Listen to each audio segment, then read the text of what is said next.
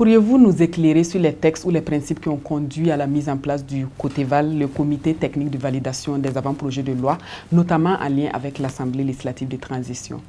Il faut dire que le gouvernement ou l'exécutif, dans le cadre de la qualité des textes normatifs, a décidé de l'institution ou de la création du comité technique de validation des avant-projets de loi, qui est une structure technique interministérielle placée sous la coupe du secrétariat général du gouvernement et du conseil des ministres. Et quel est le rôle principal du COTEVAL dans la validation des lois et quelles sont les fonctions clés qu'il exerce concrètement avant la transmission d'un avant-projet de loi à l'Assemblée législative de transition?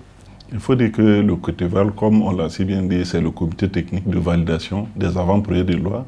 Donc c'est une structure technique interministérielle qui est constituée de membres permanents et de membres non permanents ou d'experts, on peut le dire. Le COTEVAL a pour mission d'aller dans l'appréciation de la qualité des textes normatifs, c'est-à-dire non seulement la qualité juridique, mais aussi la qualité rédactionnelle, puisqu'il faut qu'un texte, quand même, quand ça doit être adopté en Conseil des ministres, qu'il y ait un minimum de travail qui soit fait pour que le texte soit non seulement en phase avec le problème que le texte a voulu résoudre, mais aussi que le texte puisse aller dans son application et ne pas se contredire avec d'autres textes qui existent déjà dans certains domaines. Quels sont les critères essentiels pris en compte par le COTEVAL lors de la validation d'un avant-projet de loi? Il faut dire que nous avons des critères de fond et des critères de forme.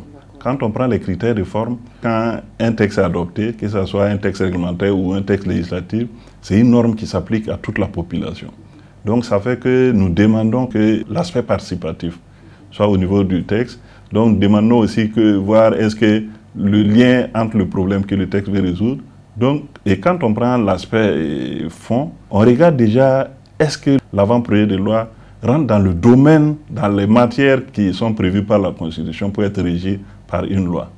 En plus de ça, on regarde maintenant la qualité rédactionnelle. Ce qui veut dire que vous avez eu à rejeter plusieurs propositions. Ce n'est pas un rejet en tant que tel, mais bon, à la fin, quand on produit, à la fin de l'examen du dossier, on produit un rapport où on donne quand même des orientations au ministère pour les dire, bon, au regard bon, c'est mieux de surseoir ou de relire un autre texte que d'aller à l'adoption de prime abord d'un nouveau texte, quoi. Et quels sont les mécanismes et les canaux de communication établis entre le COTEVAL et l'Assemblée législative de transition?